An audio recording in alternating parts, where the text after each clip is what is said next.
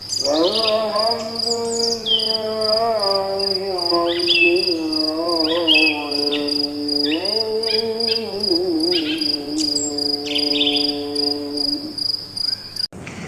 tulang belakang obatnya apa? Cari tahu dulu nyerinya apa. Kalau dia masalahnya di otot atau sendi, ya harus dibenerin. Urut, pijet, seperti itulah. Ya, cari yang ahli. Saya dulu pernah, saya kemarin ke Semarang. Semarang itu kan dulu sekitar 2 tahun yang lalu, engsel saya kan pernah copot ya. Copot jatuh.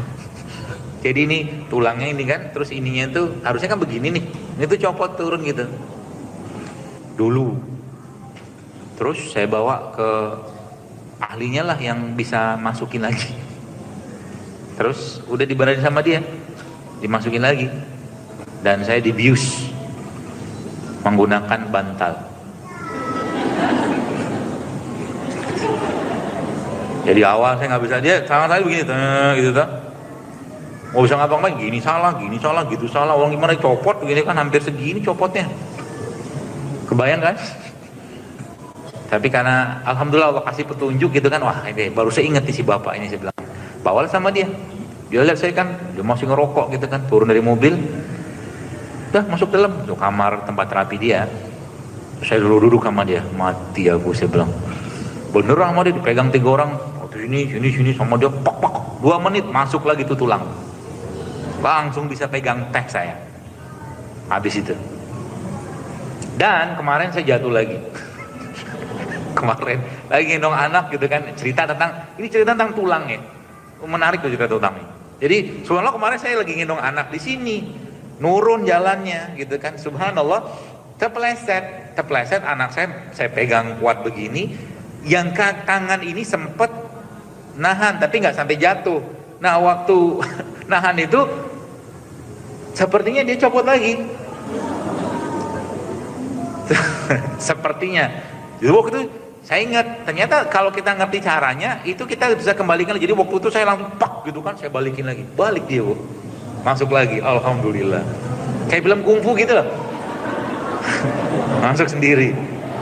Ya tapi agak pegel-pegel sedikit, tapi subhanallah masuk lagi gitu kan. Masuk lagi dia. Karena waktu dia kemarin itu saya ngerasain, wah ini kayaknya keluar lagi nih, saya bilang, karena saya langsung keringat dingin. Keluar nih, saya bilang harus gitu kan, agak sakit sih teman masuk. Itu maksud saya hubungannya dengan apa? Hubungannya dengan sholat. Sholat itu adalah gerakan stretching dan relax yang paling baik. Tapi sholatnya bener kayak apa? Kayak sholatnya Nabi. Sholat Nabi itu kayak apa? Ya bacalah di hadisnya.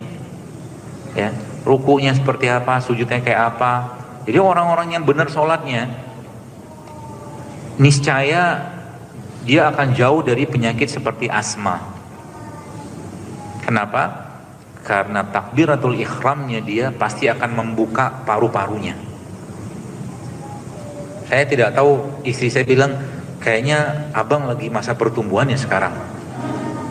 Pertumbuhan itu kan berakhir di umur 20 tahun ya. Tapi kenapa begitu? Karena dia bilang baju saya mengecil semua. Dia dulu baju apa? Baju kaos itu kemarin-kemarin itu satu siku begini, sekarang tuh naik ngingkrang ke atas. Ini kenapa? Saya bilang, oh saya baru tahu rahasianya. Nanti di kajian berikutnya saya kasih tahu. Semua dikasih tahu sekarang kan nggak seru. Kita men-trigger growth hormone kita. Growth hormone kita itu bisa kita trigger dengan cara apa? Dengan cara kajian berikutnya.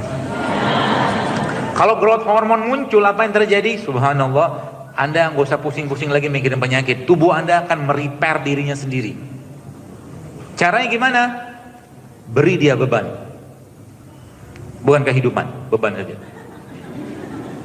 Berarti dokter nyuruh kami untuk latihan beban. Ya. Caranya gimana? Apa saya harus angkat barbel ke gym? Oh tidak, tenang aja. Bebannya ada pada berat badan Anda. Itu namanya latihan beban. Jadi ibu-ibu mulai sekarang biasakan untuk lakukan, bapak-bapak juga tuh, 30 3 gerakan sih saya sarankan. Gerakan pertama adalah squat. Squat tahu?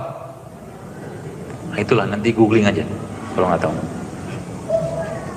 Tahu lah ya.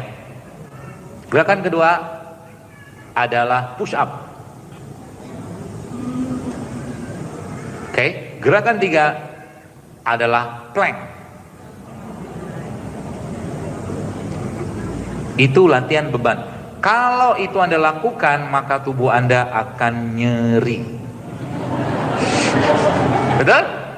Kalau tubuh Anda nyeri, maka subhanallah, nyeri tadilah ya akan nanti memicu pengeluaran hormon. Kenapa binaraga badannya besar? Karena binaraga mengangkat beban berat yang akhirnya ketika berat itu ketika berat itu memerlukan tenaga lain, maka tubuh akan mengeluarkan pembentukan growth hormone sehingga ototnya bertambah. Itu maksudnya. Ototnya bertambah ya, jadi berat badan bertambah? Enggak. Berat badan enggak tambah. Massa ototnya bertambah. Saya tahu dari mana massa ototnya bertambah atau tidak? Gampang. Kalau Anda pengen tahu massa otot Anda, memang ada caranya, ada alat ukurnya. Tapi kalau pengen membayangkan seperti apa massa otot Anda, lebih banyak lemaknya atau ototnya, maka lihat kalau Anda begini. Jangan sekarang. Lihat kalau Anda begini, kalau di sini gelimbir-gelimbir, maka ototnya nggak banyak kebentuk tuh.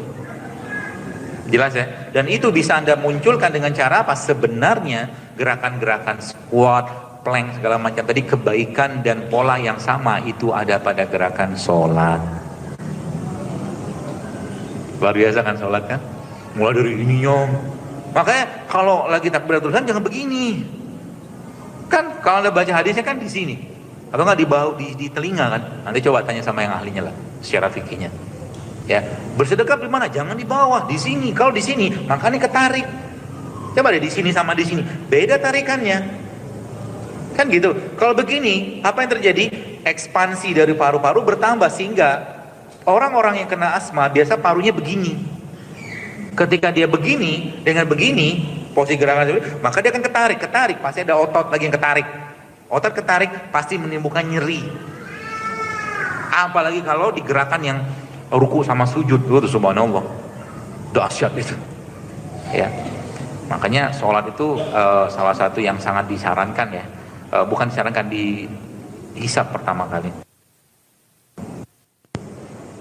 Apakah untuk tulang kropos apa herbalnya? Ada kalau nggak salah di IG resep tulang JSR di IG. Tapi ya kalau untuk hari-hari ya bawang-bawangan juga menguatkan. Bawang-bawangan itu bawang putih, bawang merah itu menguatkan. Pertanyaannya kan kita nggak biasa makan bawang, terus diapain? Masukin ke sup,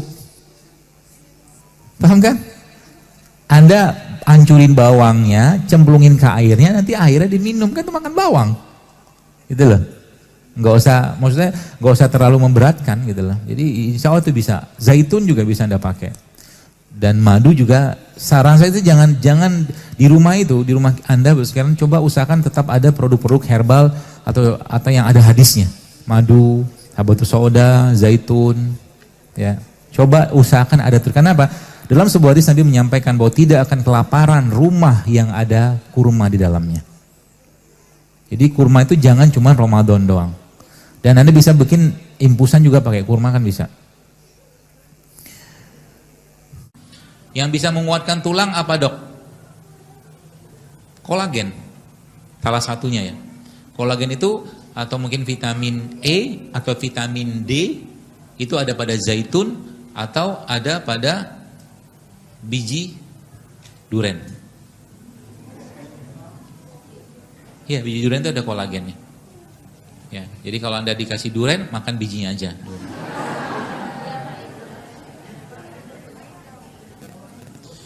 Bilang santan yang dikonsumsi bolehkah santan instan? Tidak. Santan buat peres.